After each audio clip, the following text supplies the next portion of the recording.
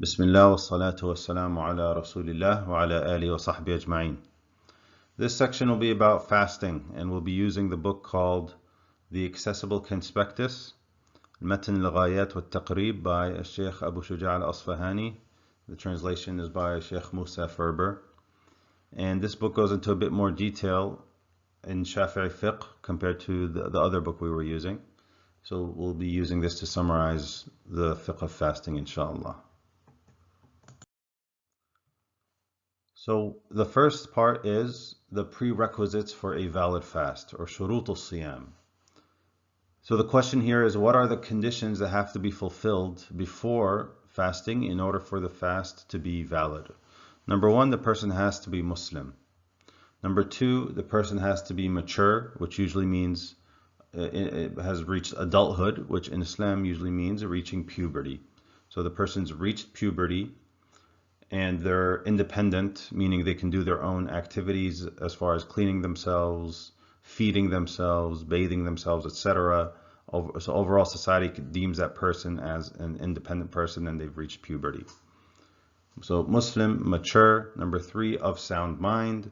Someone who doesn't have a severe intellectual disability or a psychiatric illness that affects their minds to the point where they can lose their sanity.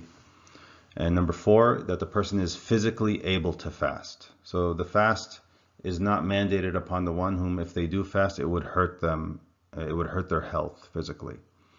And number five, and obviously this applies to women, that they're not in a state of menstruation or postnatal bleeding. The most common exemptions from fasting are usually for the elderly, if fasting can harm their health, pregnancy, obviously, and sickness. Again, the theme is if fasting can potentially harm their health, or if there's a high degree of suspicion that it will harm their health, then they are exempt from fasting, although it has to either be, the fasting has to be either made up later, before the next Ramadan, or they pay an expiation, which is a kafara, but that's a separate topic. There are 5 days when it's prohibited to fast. So there are 5 days when it's haram to fast throughout the year. And that's the two Eids, Eid al-Fitr, Eid al-Adha, and the 3 days after Eid al-Adha, which are called Ayyam al-Tashriq. So the 5 days that it's haram to fast are Eid al-Fitr, Eid al-Adha, and the 3 days after Eid al-Adha called Ayyam al-Tashriq. So we did shurut al-siyam. What about furud al-siyam? What has to be done during the fast in order for the fast to be completed? So number one is the intention. And we said over and over again that in the Shafi'i school, the intention is a pillar of worship. Without it, that act of worship is invalid. And according to Imam al-Shafi'i, the intention to fast has to be made the evening before each day of an obligatory fast. So in the Ramadan, the intention to fast, which again is something that we say to ourselves. It doesn't have to be said out loud, but it can be if it helps with our focus. It's something that we say in our hearts of what we're doing and why we're doing it. That I'm fasting Ramadan to worship Allah subhanahu wa ta'ala. That we make that intention each and every night, and you have until Fajr the next day to make that intention, but you at least take a moment to yourself to make that intention for the obligatory fast each and every night before the next day. Now this is not necessary for the recommended fast outside of Ramadan, where if you wake up one day, you haven't eaten breakfast, and you feel like you want to fast for ajr, as a religious fast, as a recommended religious fast, then you can, and you don't have to make the intention the night before. If you wake up and you make the intention by dhuhr of that day, before dhuhr comes in, you make the intention for the recommended fast, that fast will count and Allah will reward you for it. But for the obligatory fast in Ramadan, that intention has to be made the evening before. Now, on this topic of intention, there is a difference of opinion between the different schools. For example, in the Maliki school, you don't have to make the intention each and every night.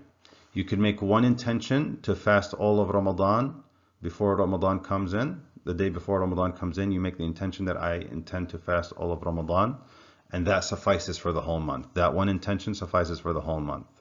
If a person wants to follow that and their heart feels at ease with that, they can do that. This is an opinion from our four imams, and it's accepted across the board, inshallah. So this is not something that has to necessarily, we have to be very combative or very narrow-minded in.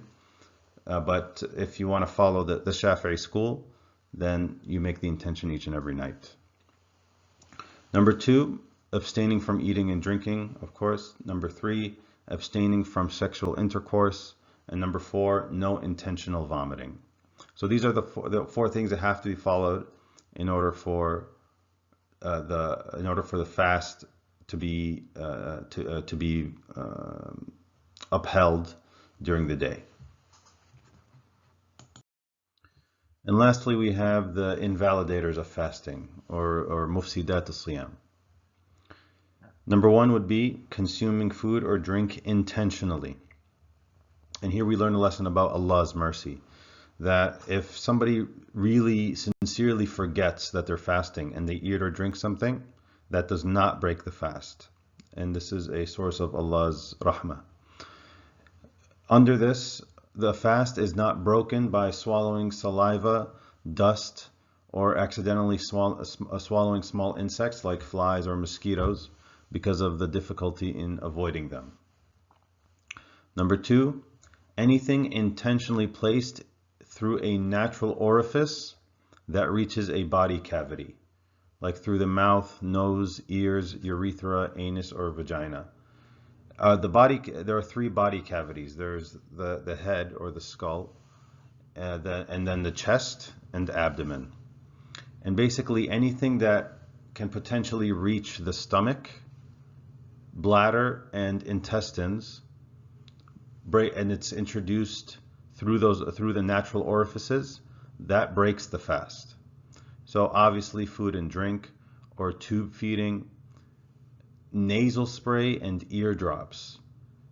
And if the nasal spray and eardrops reach the throat, that breaks the fast.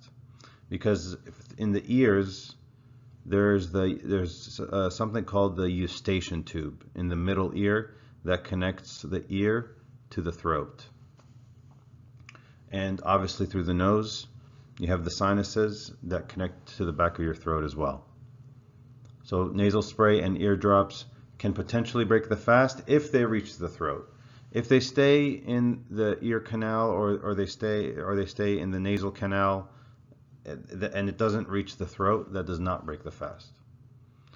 There's differences of opinion between the scholars that things like pelvic exams that are invasive and enter the body cavity, pap smears, colonoscopies, that these do break the fast. There is a difference of opinion, but there is a strong opinion that in the Shafi'i fiqh that this does break the fast. And the bladder catheter, because the bladder is in the abdomen, it's in the abdominal cavity, and that's considered to break the fast. A nasogastric tube, a tube that goes in the nose down into the stomach, these all break the fast. Now, if there's a medical need for any of this, the medical need trumps the requirement for fasting. So if there's an urgent medical need and the person's health would be harmed if they don't receive any of these things, then they just make up the fast later. And another distinction, skin injections like vaccines do not break the fast, or like insulin shots. Anything that's through the skin, even if it's intramuscular or subcutaneous, anything that goes through the skin is not considered a natural orifice, so it does not break the fast. Eye drops do not break the fast. Even though we said that nasal sprays and eardrops can potentially break the fast, the eye drops do not break the fast because they're not considered a natural orifice, even though there is the lacrimal duct that can potentially drain down into the sinuses and reach the throat, but it's not an obvious opening like the nose and the ear. So eye drops do not break the fast. Skin patches do not break the fast, whether that's some sort of medical patch or nicotine patch, that does not break the fast. IVs, intravenous catheters, do not break the fast. Blood draws do not break the fast because these are not natural orifices, even though these are all potentially entries into the body because the body has thousands of openings through skin pores and sweat ducts, and the lacrimal ducts in the eyes, like we said, and then the veins and arteries. These are not considered natural orifices.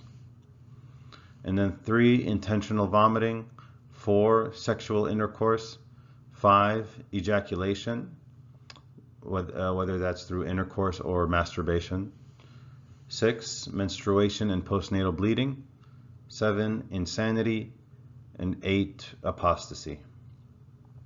And there are some other details about expiation, which is kafara, like making up the fast, but that should be settled with the help of a scholar because everybody's circumstances can be different, and it gets very technical at that point. Wassalamu alaikum wa rahmatullahi wa barakatuh.